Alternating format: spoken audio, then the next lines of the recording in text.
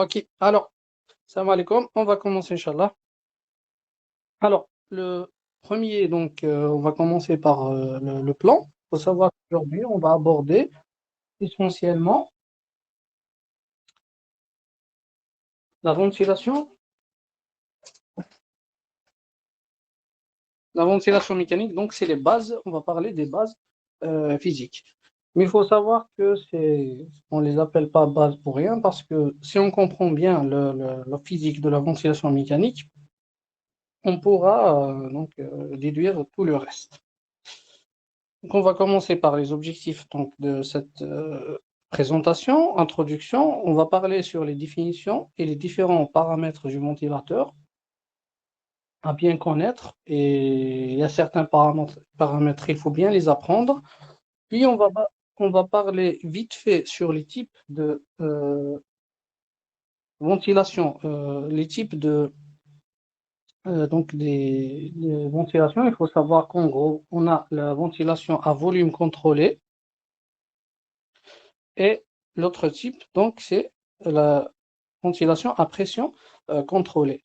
Puis, on va surtout s'étaler sur les volumes contrôlés euh, parce qu'on va dire que c'est les plus utilisés, ils sont encore plus simples. Et ça ne sert à rien, en quelque sorte, pour un médecin généraliste ou bien quelqu'un qui n'est pas réanimateur. Ça ne sert pas à grand-chose d'essayer de connaître un peu les deux.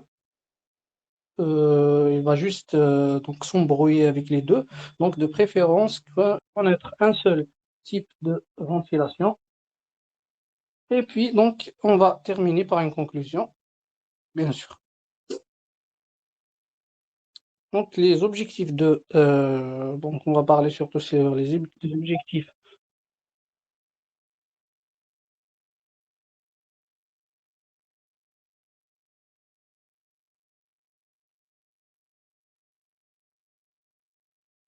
Donc, les objectifs qu'on va aborder, ça sera donc, c'est la compréhension de la physique de base de la ventilation mécanique.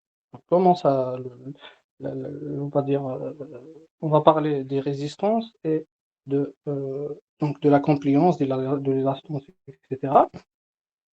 Et puis le deuxième, donc, c'est les paramètres de la ventilation mécanique, c'est-à-dire tout ce qui est volume courant, etc. Donc, introduction, comme introduction, il faut savoir que la ventilation mécanique, donc c'est la première, euh, on va dire, il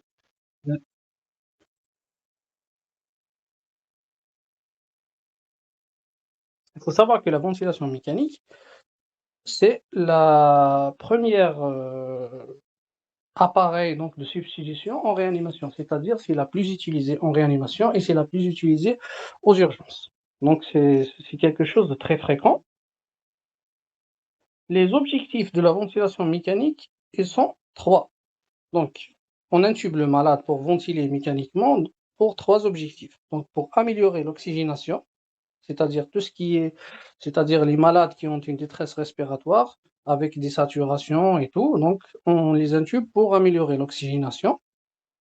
La deuxième partie, le deuxième donc objectif, c'est l'élimination de CO2, c'est-à-dire dans certains cas, on est amené à intuber le malade pour éliminer une hypercapnie. C'est-à-dire un malade, des fois, les malades, ils ne désaturent pas, mais ils font ce qu'on appelle les insuffisances respiratoires type 2, avec oxygène normal, voire donc légèrement diminué, mais avec des hypercapnies qui sont très importantes, avec troubles de la conscience, somnolence, etc. Donc le but de la ventilation, c'est justement d'éliminer ce CO2. Puis dans le troisième indication, qui est, on va dire, la moins connue, c'est c'est de mettre les muscles respiratoires au repos. C'est-à-dire, c'est-à-dire quoi? Donc, mettre les muscles respiratoires au repos, par exemple, dans les états de choc. Il faut savoir que les indications d'intubation dans les états de choc, elles sont très larges. C'est-à-dire, on peut intuber pratiquement tous les états de choc. Justement, l'un des buts de l'intubation de l'état de choc, c'est de mettre au repos donc les muscles respiratoires qui consomment beaucoup d'oxygène. Et donc, le fait de mettre ces muscles-là respiratoires au repos, on va améliorer un peu la dette en oxygène lors des états de choc. C'est-à-dire, le diaphragme et les muscles respiratoires, ils consommaient beaucoup d'oxygène avant. Mais quand on intube le malade, c'est nous qui le font respirer. Donc, tout ce qui est diaphragme et muscles respiratoires vont être au repos. Donc, tout l'oxygène consommé par ces muscles respiratoires donc, va être détourné au profit des autres organes. Donc, on va améliorer le patient. Voilà. Mais il faut savoir que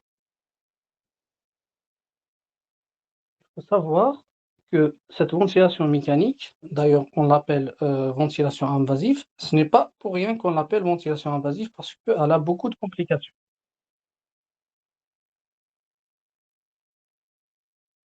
Donc justement, on doit éviter au maximum ces complications, ce qu'on appelle les complications induites par la ventilation mécanique. La première complication, c'est ce qu'on appelle le barotraumatisme. Ça veut dire quoi un barotraumatisme? Ça veut dire quand on provoque une distension importante des poumons, on risque de provoquer des pneumothorax. Donc, ce qu'on appelle le pneumothorax induit par la ventilation mécanique. Donc, c'est d'où l'intérêt de surveiller les pressions. Il ne faut pas dépasser un certain, non, donc, il faut pas dépasser certaines pressions, justement pour éviter ce barotraumatisme. Le deuxième La deuxième complication qu'il faut éviter, c'est ce qu'on appelle le volotraumatisme.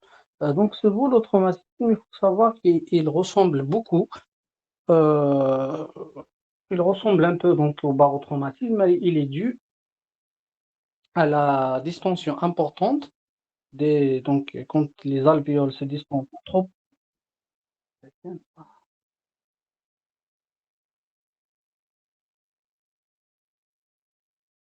Alors je reprends. Donc les volotraumatismes sont dus à la distension importante des alvéoles, dus à des volumes pulmonaires qui sont trop importants. Donc c'est à peu près, il faut savoir que le volotraumatisme et le barotraumatisme, c'est à peu près la même chose.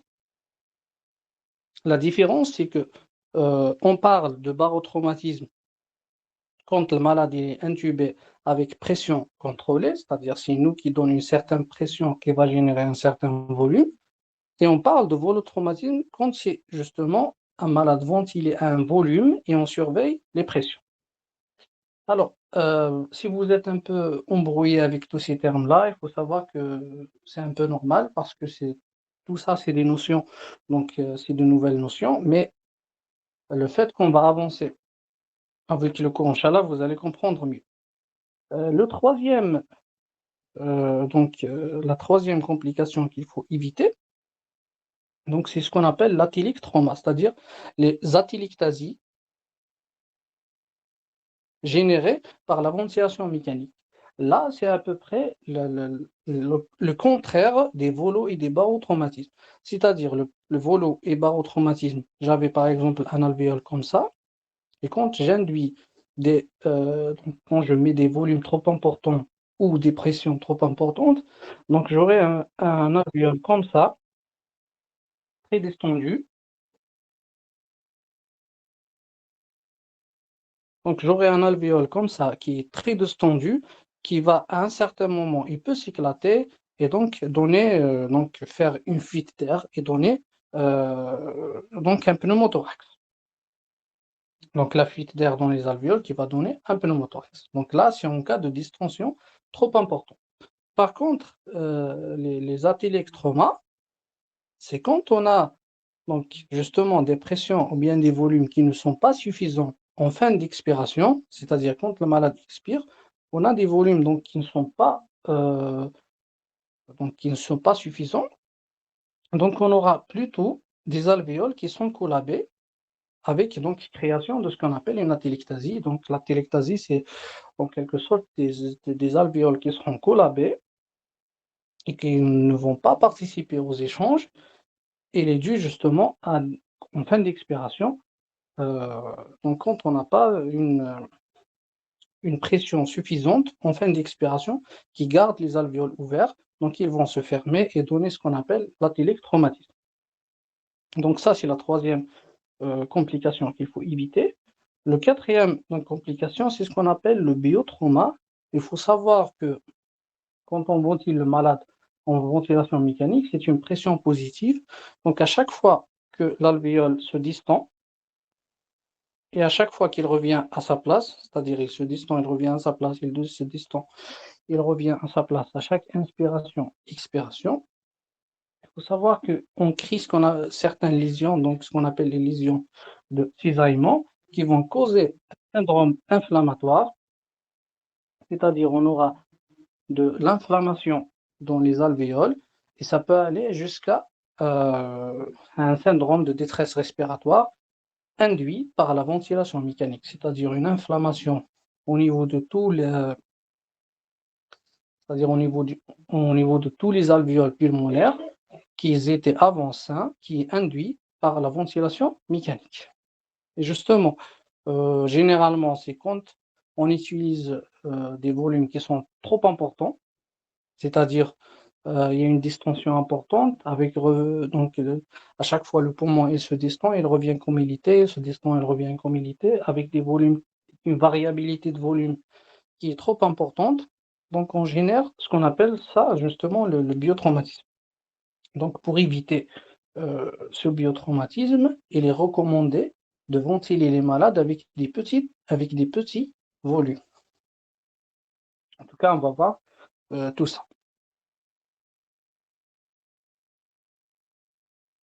Donc, je vous refais à peu près ce qu'on a dit maintenant. Je vais supprimer ça.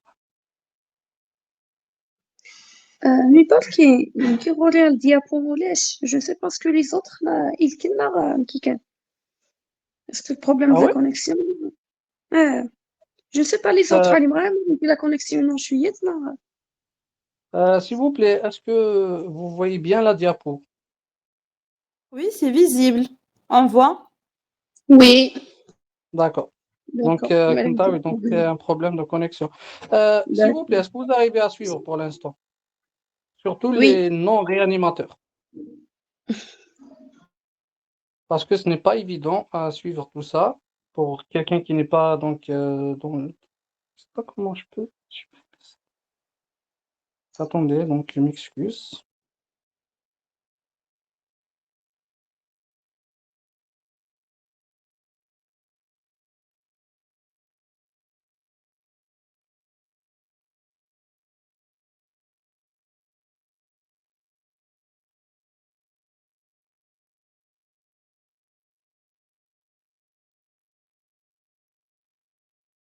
Donc peut-être je suis parti un peu trop rapidement. Je vous fais donc parce que j'imagine qu'il y a des gens qui ne sont pas de l'ARIA ici.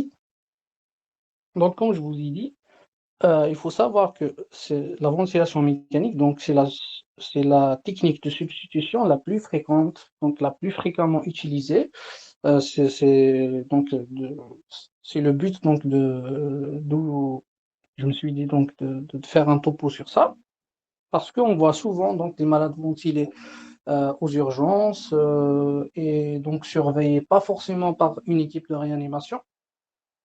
Donc c'est pour cela c'est bien d'avoir une idée sur ça. Donc les buts de la ventilation mécanique, donc la première, donc c'est d'assurer une oxygénation, c'est-à-dire un malade en détresse respiratoire qui a une désaturation et tout. Le deuxième, donc, c'est d'éliminer le CO2 parce que dans certains cas, il faut savoir qu'il y a certains problèmes respiratoires où on n'a pas de problème d'oxygène, c'est surtout un problème d'élimination de CO2. Et le troisième, donc, c'est de mettre les muscles respiratoires au repos, c'est-à-dire surtout dans les états de choc, donc où on met les muscles respiratoires au repos justement pour améliorer l'oxygénation des autres tissus, c'est-à-dire détourner l'oxygène consommé par la grande quantité justement d'oxygène consommé par les muscles respiratoires en les mettant au repos, donc on aura une meilleure réserve d'oxygène. Donc en les améliorant justement, en les mettant au repos, on aura une meilleure réserve d'oxygène qui va être détournée au profit d'autres tissus. Entre autres aussi, donc il faut savoir que, par exemple, lors des myasthénies, en cas de crise de myasthénie, on peut avoir donc un patient qui a les muscles respiratoires fatigués. Donc dans ce cas-là, qu'est-ce qu'on fait? On l'intube pour mettre justement les muscles respiratoires au repos, en attendant que le traitement de la crise de la myasthénie, que le traitement fasse effet, et puis on tente l'extubation. Mais il faut savoir que donc la ventilation mécanique a donc des complications. Il faut les éviter. Donc j'ai énuméré en quelque sorte les complications mécaniques donc de la ventilation mécanique. C'est-à-dire j'ai pas abordé tout ce qui est infection et tout. Donc j'ai abordé uniquement, on va dire, les complications physiques. Donc la première et la deuxième, ce qui est le baro et le volotraumatisme, il faut savoir que c'est à peu près des synonymes. C'est juste que on parle de barotraumatisme quand je ventile le malade en pression contrôlée, et on parle de volotraumatisme quand je ventile le malade en volume contrôlé. Il faut savoir que quand on ventile le malade en pression contrôlée, on surveille les volumes, et quand on le ventile en volume contrôlé, on surveille les pressions. C'est-à-dire, on règle un paramètre et on surveille l'autre. Et justement, le barotraumatisme et le volotraumatisme, c'est quoi? C'est en quelque sorte une distension trop importante des alvéoles. Donc, j'avais des alvéoles comme ça. Quand je mets un volume important ou bien une pression trop importante, donc j'aurai une distension des alvéoles. Et cette distension des alvéoles va induire à un certain moment un éclatement de ces alvéoles-là avec une fuite d'air et un pneumothorax, ce qu'on appelle le pneumothorax induit par la ventilation mécanique. La troisième complication, c'est ce qu'on appelle l'athylectraumatisme, c'est-à-dire c'est des athylectasies qui sont générées par des pressions ou bien des volumes qui ne sont pas suffisants en fin d'expiration. Alors il faut savoir que donc en fin d'expiration, physiologiquement, il y a ce qu'on appelle toujours le volume résiduel. C'est-à-dire, quand on termine notre expiration, nos poumons, ils ne sont pas vides. Il faut garder cet état physiologique, même quand on intube un patient. C'est pour cela qu'on va voir après qu'on garde toujours une pression positive à la fin d'expiration, justement pour éviter ces athylectraumas. L'athylectrauma, c'est quoi? Donc, on a un alvéole comme ça, et quand le volume dans les alvéoles en fin d'expiration, il n'est pas suffisant, qu'est-ce qu'on aura? On aura des alvéoles qui vont se collaber. Donc, ils vont se collaber, donc ils ne seront plus aérés, et ça sera difficile de les réouvrir à la prochaine inspiration. C'est pour cela que ça va être des alvéoles qui ne vont pas donc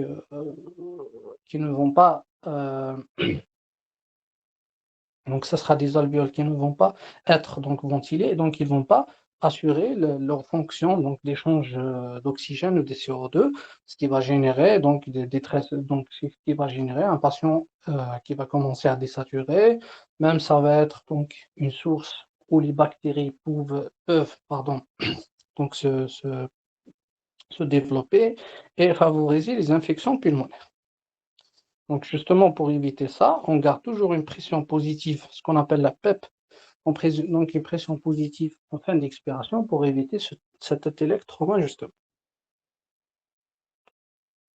La quatrième complication, donc c'est ce qu'on appelle le biotraumatisme. Il faut savoir que à chaque inspiration-expiration, donc il y a une variation de l'alvéole, c'est-à-dire là c'est l'expiration, là c'est l'inspiration. Et vous voyez donc les alvéoles à chaque inspiration, il y a une distension, à chaque expiration, et il revient donc à leur état initial. Il faut savoir que cette variation donc, du volume, quand elle est induite par une pression positive, parce que la ventilation mécanique, justement, c'est une ventilation à pression positive, contrairement à la ventilation, donc quand on respire normalement, c'est une ventilation à pression négative, c'est-à-dire on génère physiologiquement une pression négative qui va faire entrer l'air.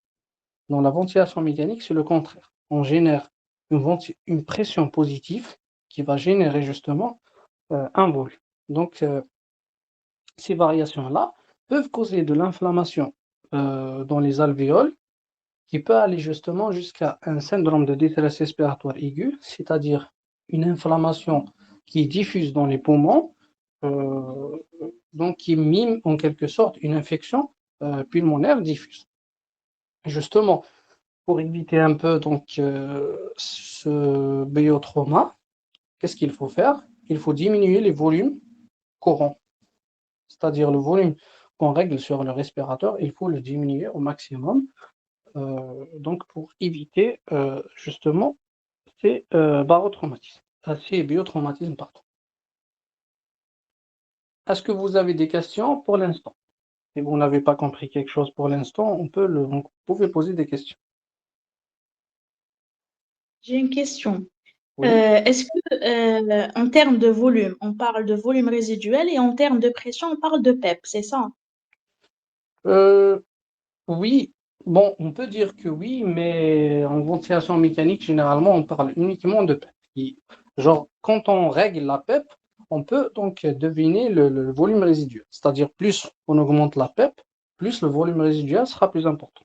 Parce que c'est pas évident donc de mesurer. On peut pas en quelque sorte avoir une estimation du volume résiduel pardon, en ventilation mécanique. Ce n'est pas un paramètre qu'on peut mesurer ou bien qu'on peut donc Estimer ou, comment? calculer ou estimer.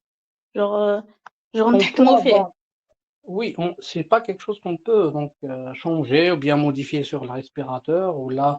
Donc c'est quelque chose qu'on peut estimer, mais on ne peut pas le mesurer avec la ventilation mécanique. Il y a des appareils pour ça, mais un respirateur simple ne peut pas faire ça. Par contre, la PEP, on peut bien, donc, à chaque fois, on peut donc, mettre la PEP, par exemple, on veut une PEP à 10, on part au respirateur, on règle la PEP à 10. Et il y a des D'accord. paramètres aussi à surveiller, c'est-à-dire la PEP, c'est quelque chose qu'on peut surveiller à chaque fois, est-ce qu'il n'y a pas une aggravation. On va parler sur ça, est-ce qu'il n'y a pas une auto-PEP qui s'installe et tout. Mais le volume Mhm. résiduel, c'est pas quelque chose qu'on peut vraiment surveiller. D'accord, ok, merci. Voilà, de rien. Est-ce que vous avez d'autres questions?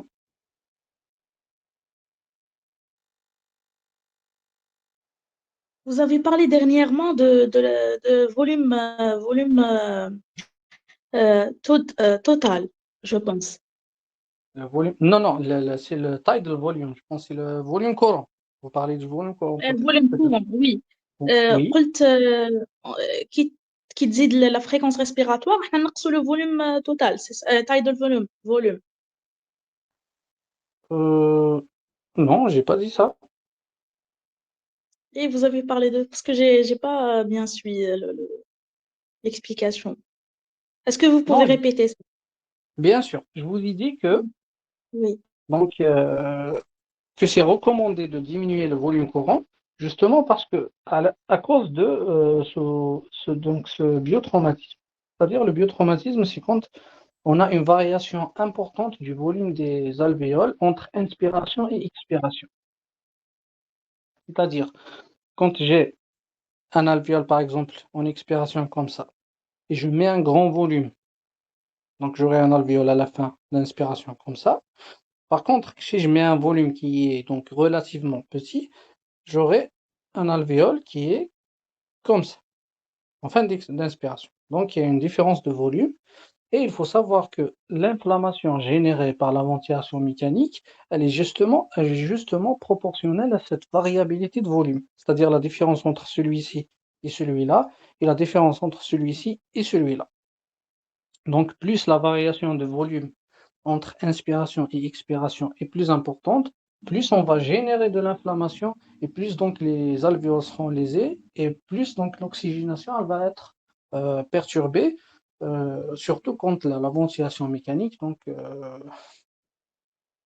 se déroule par exemple sur plusieurs jours. C'est pour cela que c'est recommandé de mettre donc justement des petits volumes.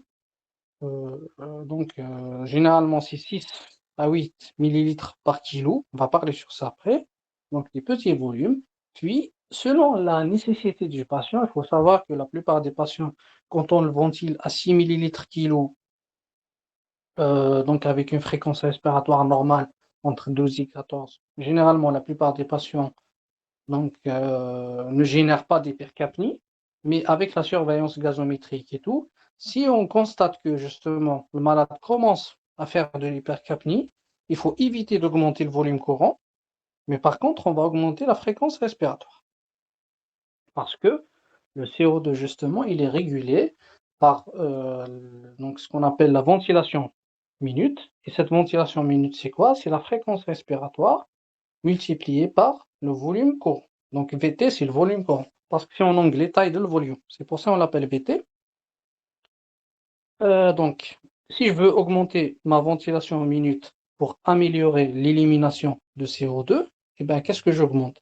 J'augmente soit la fréquence respiratoire, soit le volume courant, soit les deux. Et donc, puisqu'on a dit qu'il faut éviter d'augmenter le volume courant à cause de biotraumatisme, de préférence augmenter la fréquence respiratoire. D'accord, merci beaucoup. De rien. Est-ce que vous avez d'autres questions?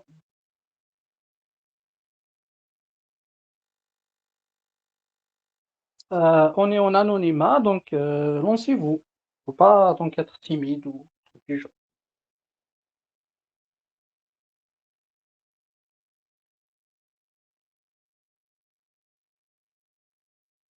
Alors on continue.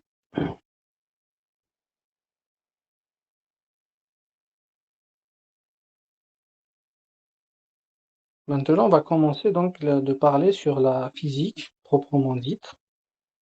Donc on va aborder la première notion, pardon, donc ce qu'on appelle la pression résistive.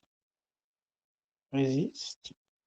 Il faut savoir que quand on ventile le malade mécaniquement, on a affaire à deux sortes de pression. C'est la pression résistive et la pression élastique. C'est deux entités un peu différentes. Il faut savoir, on va commencer par la pression résistive. Il faut savoir que la pression résistive, elle concerne, on va dire, les voies de conduction de l'air. C'est-à-dire de la bouche. Donc, imaginez donc, bon, je dessine très mal. Imaginez donc, ça c'est la bouche. Donc, puis j'ai le pharynx, puis j'ai la trachée ici, les branches principales, et justement jusqu'à ce qu'on arrive aux bronchioles. Tout ça donc génère ce qu'on appelle une pression résistive. Donc en quelque sorte, c'est une pression avec résistance à l'écoulement de l'air. Il faut savoir que cette pression résistive, elle est égale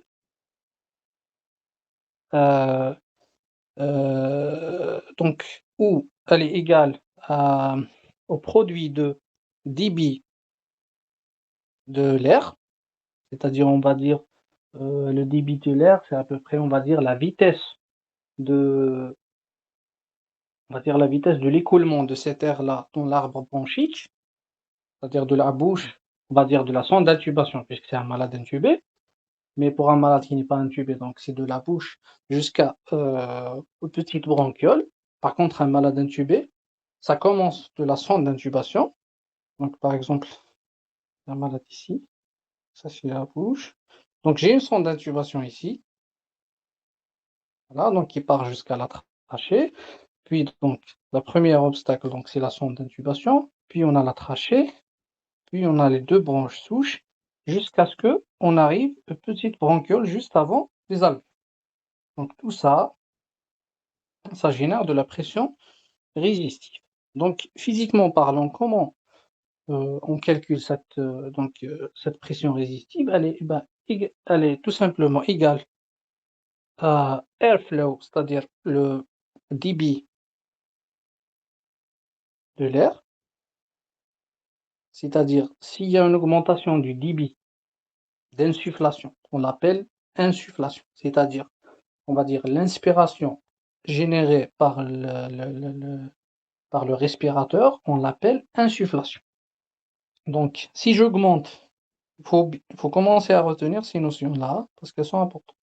Donc, si j'augmente mon débit d'insufflation, automatiquement, je vais augmenter ma pression résistive. Par contre, si je diminue mon débit d'insufflation, je vais diminuer ma pression résistive. Donc, ça, c'est le premier paramètre. Le deuxième paramètre, c'est la résistance, c'est-à-dire la résistance au niveau des voies aériennes supérieures jusqu'aux voies aériennes inférieures, justement, c'est-à-dire la sonde d'intubation, la trachée, jusqu'aux petites bronchioles. La résistance qu'elle génère, elle varie essentiellement selon le diamètre. Donc, si on va parler sur ça, donc si le diamètre, c'est-à-dire en cas de, on va dire, de bronchospasme, en cas d'une sonde qui est bouchée, en cas d'un corps étranger intratrachéal et tout, on aura donc le calibre de la trachée, par exemple, bien des bronchioles. C'est-à-dire, on va prendre donc l'exemple de bronchospasme. Donc, soi-disant, j'ai une bronchiole comme ça. Et puis, un malade il commence à faire un bronchospasme, j'aurai une bronchiole comme ça. Donc, vous voyez que la bronchiole, elle a diminué de diamètre à cause du bronchospasme. Il faut savoir que pour un débit qui est constant, la résistance entre celle-là et celle-là, elle n'est pas le même. Elle n'est pas la même. La résistance au niveau de celle-là où j'ai un bronchospasme avec diminution du diamètre, donc de la lumière des bronchioles, elle est plus importante. Donc, j'aurai une résistance ici très élevée. Et puisque j'ai une résistance très élevée, donc j'aurai une pression résistive plus importante. Donc, voilà les deux paramètres qu'il faut connaître. Puis, il faut savoir que, donc, selon donc, la loi de Poiseuille, donc c'est une loi physique, quand on a un tuyau comme ça, donc on va justement un tuyau, donc ça ressemble beaucoup à la trachée, ça ressemble aux bronchioles, etc. Ça ressemble à la sonde d'intubation, il s'agit bien donc d'un tuyau. Il faut savoir que cette résistance-là, elle est régulée par plusieurs paramètres, mais je vous ai dit que le plus important de ces paramètres, c'est le diamètre de tuyau. C'est-à-dire, la loi, qu'est-ce qu'elle dit? Elle dit que la résistance, donc la résistance de ce tuyau, la résistance de cette bronchiole par exemple, elle est égale à 8 multiplié par la viscosité multiplié par la longueur du tuyau divisé par le rayon, donc puissance 4, j'ai oublié le mot, donc le rayon puissance 4 fois P. P donc c'est 3,14, c'est la constante que vous connaissez tous. Donc cette formule-là, qu'est-ce qu'elle nous dit? Elle nous parle de ce que je viens de dire sur le diamètre. Si vous voyez donc bien le diamètre, il est inversement proportionnel à la résistance, c'est-à-dire si j'ai une augmentation du diamètre, j'aurai une diminution de la résistance. Si j'ai une diminution du diamètre, j'aurai une augmentation de la résistance. Et vu que justement le diamètre, il est puissance 4, donc c'est vraiment le paramètre principal qui joue justement sur l'augmentation ou bien la diminution de la résistance des voies aériennes. Donc, je refais ce que je viens de dire. Enfin, je continue, puis je refais directement sur ça.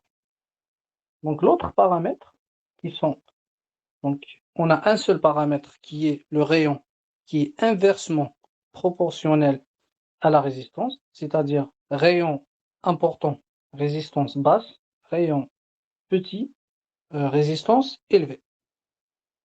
L'autre paramètre, c'est la viscosité.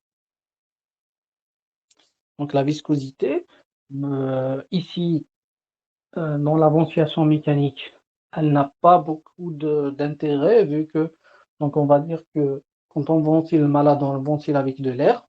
Donc la viscosité de l'air, elle ne change pas vraiment. Donc c'est pratiquement une constante.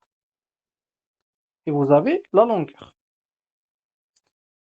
La longueur aussi, il faut savoir que la longueur de la sonde d'intubation et des voies aériennes, donc la trachée, les bronches et tout, c'est pratiquement une constante, quoique la sonde d'intubation elle est variable, mais elle n'est pas très variable. Donc on va dire que c'est pratiquement des constantes les deux là. Faut pas trop s'embrouiller sur la viscosité et la longueur. On va les considérer comme étant pratiquement des constantes. Par contre, comme j'ai dit, donc le rayon, là c'est important. Parce qu'il faut savoir que quand vous intubez le malade avec une petite sonde, une sonde par exemple 6, avec un rayon petit, ou bien quand vous intubez le malade avec une 8,5, c'est-à-dire un rayon augmenté, ce n'est pas la même chose. Donc les résistances, elles seront beaucoup plus basses avec les grosses sondes d'intubation. Et puis, quand vous avez une trachée d'un patient qui est libre, ou bien plein de sécrétions, plein de bouchons, ce n'est pas la même chose. Quand j'ai une trachée libre, donc j'aurai des résistances beaucoup moins importantes que quand il y a beaucoup de sécrétions, il y a des bouchons, etc. Et aussi, donc les petites bronchioles, quand j'ai ces bronchioles-là libres et quand elles sont spasmées, il faut savoir que ça ne génère pas la même résistance. Donc c'est pour cela que je vous ai dit que le rayon, c'est, on va dire, le paramètre le plus important en matière de résistance. Et donc en matière de pression résistive. Donc là, c'est un petit exemple donc, très schématique. Imaginez que, donc ici, j'inspire de l'air. Par exemple, quand j'inspire de l'air à travers une paille. Donc l'air, c'est très facile de l'inspirer, donc c'est très facile donc il faut faire un petit effort et vous allez inspirer de l'air à travers une paille. Justement, pourquoi? Parce que la viscosité de l'air, elle est trop basse. Donc ça, c'est le premier, on va dire, paramètre. Suivez mieux, donc vous avez suivi, donc vous allez comprendre mieux avec cet exemple-là. Par contre, là, avec la même paille, donc j'ai pas changé de paille, imaginez que vous essayez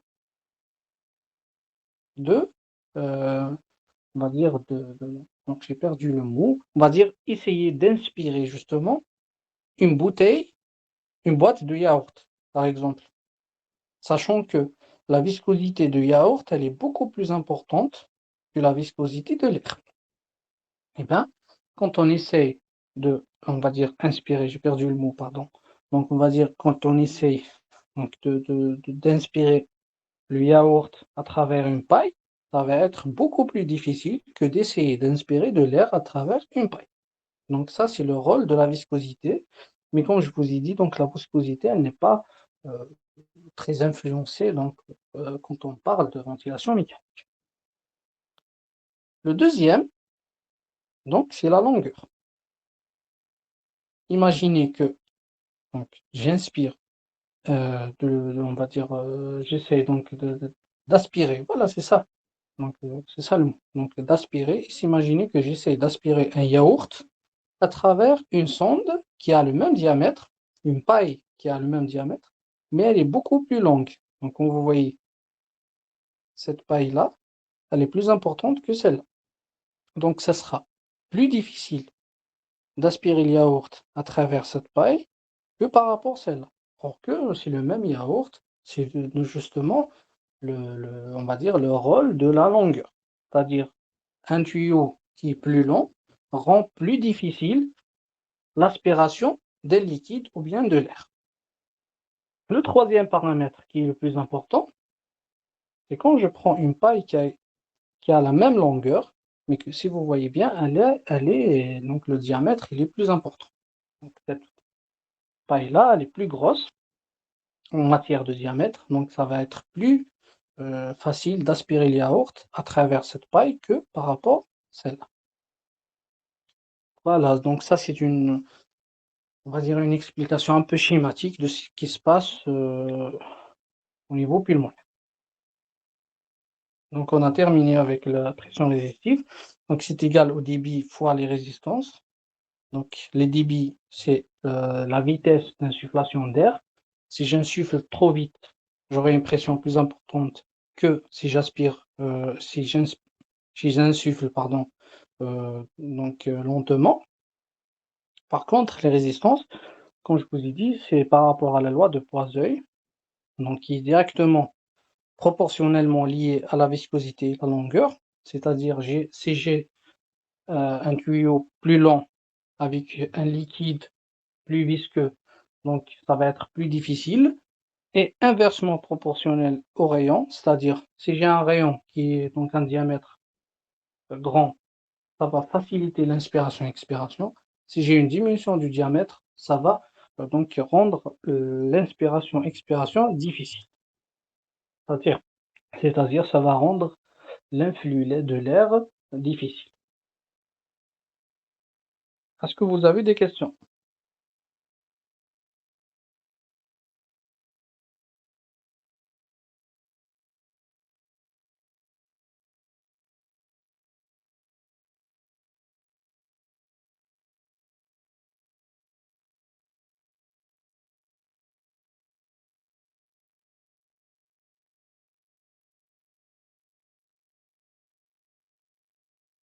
Avez-vous des questions? Maintenant, je continue. Maintenant, on va passer à la notion de la pression élastique. Donc, vous vous rappelez que la première pression, c'est la pression résistive qui concerne les voies aériennes. Maintenant, on va passer à la pression élastique, ou bien ce qu'on appelle la driving pressure, la pression motrice. Donc, on l'appelle soit pression élastique, soit pression motrice, c'est la même chose.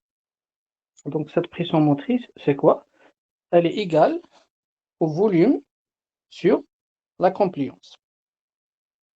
C'est-à-dire, elle est directement liée au volume. Donc, plus j'ai un volume élevé, plus j'aurai une pression élastique élevée et inversement proportionnelle à la compliance. C'est-à-dire, quand j'ai une compliance élevée, j'aurai une pression élastique basse et quand j'ai une compliance basse, j'aurai une pression élastique qui est élevée. Il faut savoir aussi que donc cette compliance-là, elle est égale, 1 sur compliance égale à élasticité. C'est-à-dire, l'élasticité, elle est, on va dire, c'est exactement le contraire de la compliance. Donc, si j'ai un truc compliant, l'élasticité, elle est basse. Si j'ai quelque chose qui n'est pas compliant, l'élasticité, elle est élevée. Et je vous explique mieux sur donc, ces deux ballons. Donc, imaginez que vous avez deux ballons qui ressemblent aux alvéoles.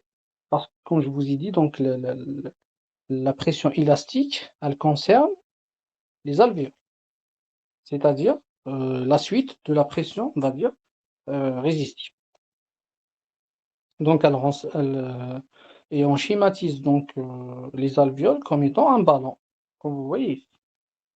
Donc, imaginez un ballon on va dire les petits ballons qu'on gonfle avec la bouche. Donc, ils sont très fins. Donc, on dit qu'ils sont très compliants. C'est-à-dire, c'est facile de les gonfler. C'est-à-dire, il faut générer une petite pression. Vous pouvez passer de là à là et vous pouvez passer de là à là. C'est-à-dire, c'est assez facile de gonfler un ballon qui est très fin. Donc, puisque c'est facile de le gonfler, on dit qu'il est donc très compliant. Et puisqu'on a dit que la compliance, c'est le contraire de l'élastance. Pardon?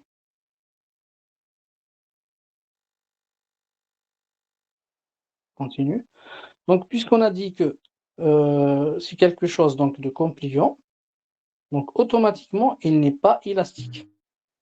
parce que c'est des opposés.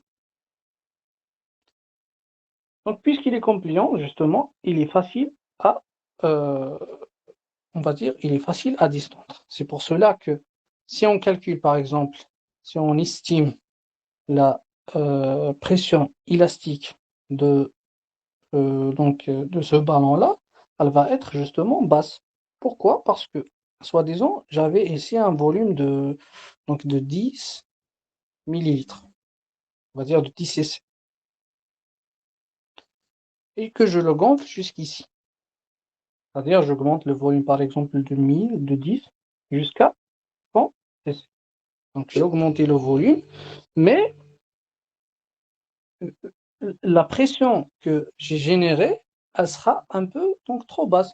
Par exemple, soi-disant, j'ai généré uniquement 2 millimètres de mercure pour aller justement de 10 jusqu'à 100 cc. C'est pour cela qu'il est donc compliant.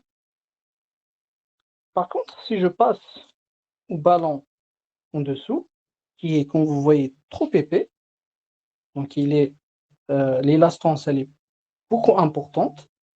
Par contre, la compliance, elle est basse. Eh bien, il faut savoir que pour pour distendre ce ballon de là à là, c'est-à-dire de 10 cc jusqu'à 100 cc, il faut savoir que j'aurai par exemple besoin d'une pression plus importante, par exemple 10 millimètres de mercure. Or que j'ai généré le même volume, mais avec deux pressions différentes. Justement, quand vous avez un objet compliant comme celui-ci, où vous avez besoin uniquement d'une petite pression pour donc le gonfler. Par contre, quand j'ai un objet qui n'est pas compliant, c'est-à-dire il est épais, j'aurai besoin de beaucoup plus de pression pour générer le même volume. Donc c'est à peu près ça. Donc la notion de, on va dire, la notion de la compliance, comme c'est écrit ici, compliance, c'est la possibilité de d'extension. C'est-à-dire un objet, quelque chose de compliant, c'est facile à distendre. Quelque chose qui n'est pas compliant, c'est difficile à distendre. Par exemple, quand vous avez des alvéoles qui sont sains, qui ne sont pas pathologiques, ils sont faciles à distendre, donc ils sont compliants. Quand vous avez des alvéoles qui sont épaissis, que ce soit par l'inflammation, par l'œdème, par des sécrétions, par une infection, etc., eh bien, on perd de la compliance, donc il devient beaucoup plus difficile à distendre, c'est-à-dire j'aurai besoin de pression élevée justement pour garder des volumes corrects et qui va justement, si vous vous souvenez, ça va aggraver le risque de barotraumatisme et de volutraumatisme parce que j'ai besoin de pression trop élevée pour ventiler le malade parce que justement ces alvéoles ils ne sont pas compliants. De l'autre côté, quand j'ai ça, Mais برك- oui, mais logiquement كي نقولوا حاجة elle est facile à distendre donc elle est oui, plus élastique.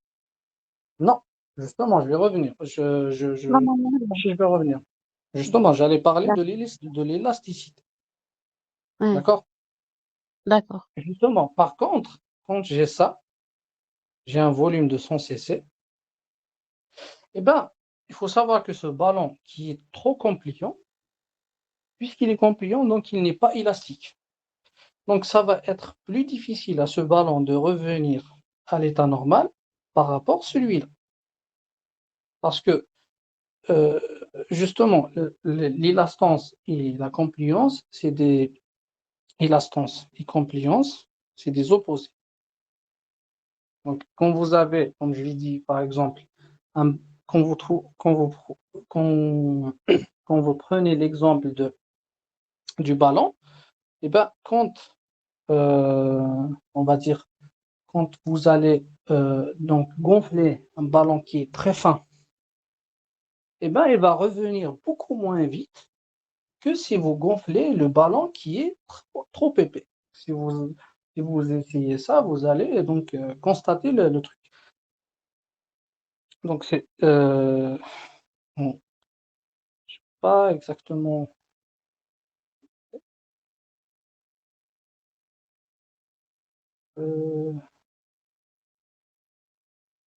Alors, je vous donne l'exemple du ballon. Le ballon dont on jouait quand on était petit, eh ben, si vous avez remarqué que c'est plus difficile de les gonfler au début que après. C'est-à-dire le début, il est très difficile. On commence à le gonfler là. Quand on, quand on envoie les premiers CC, c'est difficile à le gonfler par rapport au reste. C'est-à-dire, on va dire d'aller de là jusque là, c'est plus difficile que d'aller de là jusque là. Malgré que la première augmentation, elle est trop petite. Pourquoi? Parce que justement, la première fois, quand vous avez commencé, eh ben, l'épaisseur, elle est maximale. Quand le ballon il est complètement dégonflé, il est à son épaisseur maximale. C'est pour ça que c'est difficile d'insuffler le début. Puis à chaque fois que vous insufflez, le ballon il se distend, donc il devient plus fin. Je pense que vous avez tous remarqué ça. Donc le ballon il devient plus fin, plus fin, plus fin, et c'est encore beaucoup plus facile à gonfler. Parce que justement, plus vous le gonflez, plus il perd de l'élastance et il gagne de la compliance. Par contre, quand vous le laissez, donc, quand vous arrêtez l'insufflation, eh bien, il va revenir doucement. Donc, il va se vider de l'air doucement, doucement, doucement, doucement. Puis, à un certain moment, il va se vider très vite. Parce que quand il était dans cet état-là, il était très fin. Donc, compliance élevée, mais l'élastance, elle est trop basse. Puisque l'élastance, elle est basse, l'élastance, donc, c'est la capacité à revenir à l'état initial. Donc lui, il va essayer de revenir à l'état initial, mais puisqu'il est trop distendu, donc il est trop compliant, l'élastance elle est basse, donc il va revenir doucement, doucement, doucement, doucement, puis à un certain moment, quand il arrive par exemple ici, il devient plus épais, donc l'élastance elle va devenir plus importante, donc il va commencer à se vider encore plus vite. Je ne sais pas ce que vous avez compris.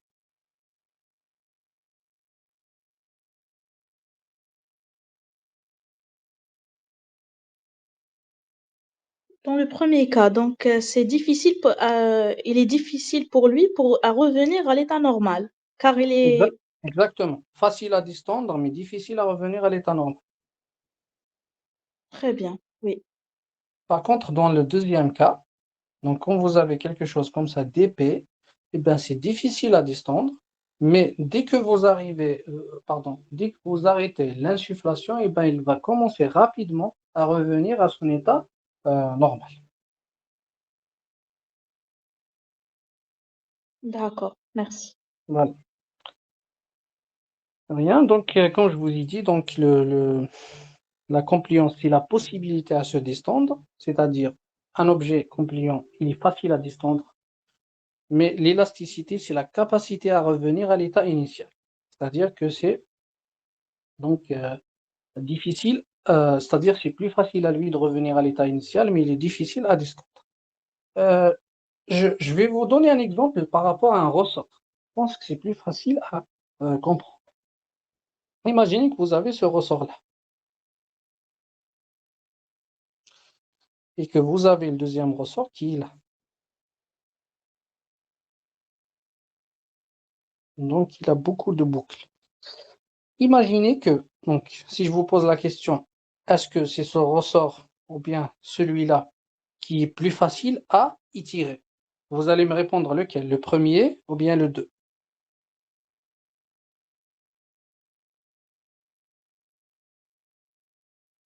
Le premier, Exactement. Justement, on va assimiler ça au ballon parce que le premier, il est plus fin que le deuxième. Donc, il est très facile à distance. Donc, on va dire que ce ressort, le premier ressort, il est fin, il est compliant. Le deuxième ressort, il n'est pas compliant. Voilà.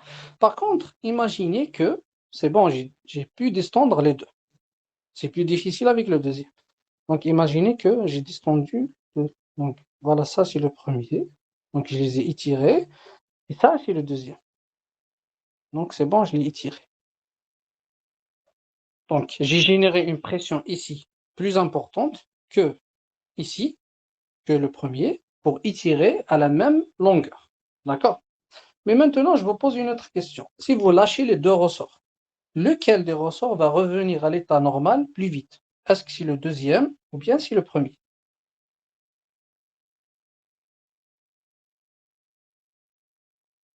Le deuxième. Exactement la même chose. Donc le deuxième, il n'est pas compliant, mais il est élastique. Le premier, il est compliant, mais il n'est pas élastique. Donc donc vous pouvez assimiler ça à l'épaisseur. Donc ça, c'est l'équivalent du deuxième, et ça, c'est l'équivalent du premier ressort. Le premier, il ressort, non? Exactement. Exactement. Et il ressort, on va dire, il se rapidement. Et c'est le cas donc des alvéoles. Ici, ils peuvent s'éclater et donner des pneumothorax, générer de l'autopep. On va voir tout ça dans les prochaines séances, Inch'Allah. D'accord. Est-ce que vous avez compris? Oui, oui, très bien. Donc, si vous avez compris la pression élastique et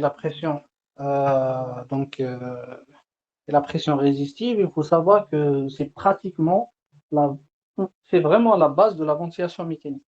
Parce que tout le raisonnement qui va suivre après, quand vous avez un malade qui va commencer à faire des problèmes, il augmente sa pression, vous allez voir le respirateur, on va voir après les cours, vous allez voir le respirateur, est-ce que le patient commence à augmenter sa pression résistive ou bien commence à augmenter donc, sa pression élastique, et bien les diagnostics, ce n'est pas les mêmes. Donc, quand vous voyez que c'est la pression résistive qui augmente, vous allez penser à tout ce qui est conduction de l'air, c'est-à-dire peut-être que c'est la sonde d'intubation qui est bouchée, peut-être elle est coudée, peut-être il y a un bronchospasme, donc peut-être qu'il y a des sécrétions dans les branches, etc. Par contre, si vous voyez que c'est la pression élastique qui est augmentée, dans ce cas-là, vous allez chercher tout ce qui est pathologie alvéolaire, pathologie interstitielle, tout ce qui est obésité, tout ce qui est donc pneumothorax qui va gêner donc le gonflement des alvéoles, épanchement liquidien, tout ce qui est donc syndrome restrictif, etc. Donc, ce n'est pas du tout les mêmes diagnostics. C'est pour ça que donc c'est très important de comprendre ces deux-là.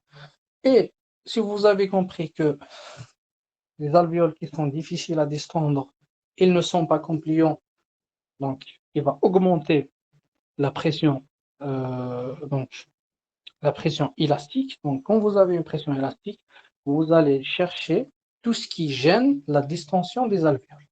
Donc, que ce soit œdème, que ce soit infection, que ce soit pneumothorax, etc. Et si vous avez compris que la pression élastique, je ne sais pas comment je peux retenir en arrière, mais si vous avez compris aussi que la pression résistive, elle est augmentée au cours de tout ce qui est donc essentiellement réduction du diamètre, que ce soit des branches, de la sonde d'intubation et tout. Donc, quand vous avez justement une augmentation de la pression résistive, vous allez chercher une caudure de la sonde d'intubation, vous allez chercher donc des sécrétions dans la sonde d'intubation, un bouchon surtout. Donc, il faut savoir que c'est vraiment la première cause de tout ce qui est augmentation des résistances. Vous allez chercher un bronchospasme, vous allez chercher des sécrétions bronchiques, etc.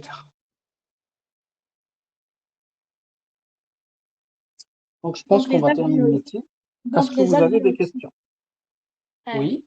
Donc les alvéoles sont difficiles à distendre. Ils ne sont pas compliants. Quand ils sont pathologiques, oui. Oui, ça, les alvéoles saines, ça. Non, non, non, les alvéoles sains, ils sont compliants. D'accord. On Ça, n'a ils pas sont, besoin on n'a pas besoin de générer un grand effort pour une inspiration normale. les alvéoles sains sont difficiles à distendre, mais sont compliants. Non, ils sont faciles à distendre. Il faut savoir que les alvéoles sains, en quelque sorte, ils sont équilibrés. Ils sont donc faciles à distendre, mais ils ont une certaine élasticité, donc qui leur permettent de revenir à leur état initial. Il ne faut pas oublier que la cage thoracique, on a aussi les muscles et tout, donc qui aident à l'expiration passive. Mais D'accord. il faut savoir qu'un alvéole sain, parce que comme je vous ai dit, quand la compliance elle est élevée, l'élastance elle est basse, quand les compliance elle est basse, l'élastance elle est élevée, mais on peut toujours être équilibré entre les deux. C'est-à-dire, j'ai un objet qui est, on va dire, légèrement compliant et légèrement élastique. C'est-à-dire, c'est plutôt facile à le descendre, pas très facile, mais il est facile, et c'est plutôt facile à revenir à son état initial. Donc, on va dire c'est un équilibre entre les deux. D'accord, ok.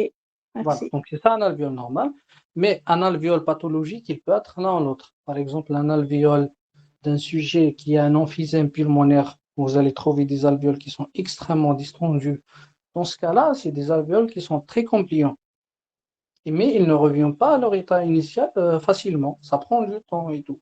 Par contre, quand vous avez un alvéole qui est infecté, qui est trop épais, dans ce cas-là, l'alvéole il n'est pas compliant, donc il est difficile à distendre. C'est pour ça que vous allez trouver le malade, il nécessite donc un effort respiratoire trop important pour justement garder sa respiration. C'est pour ça que vous allez avoir tout ce qui est tirage, etc.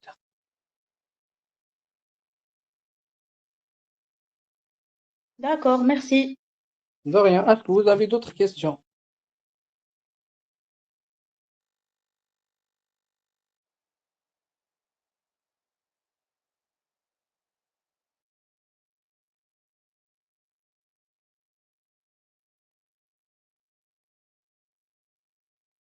Donc, si vous n'avez pas de questions, merci pour votre attention et à la prochaine séance le dimanche, Inch'Allah.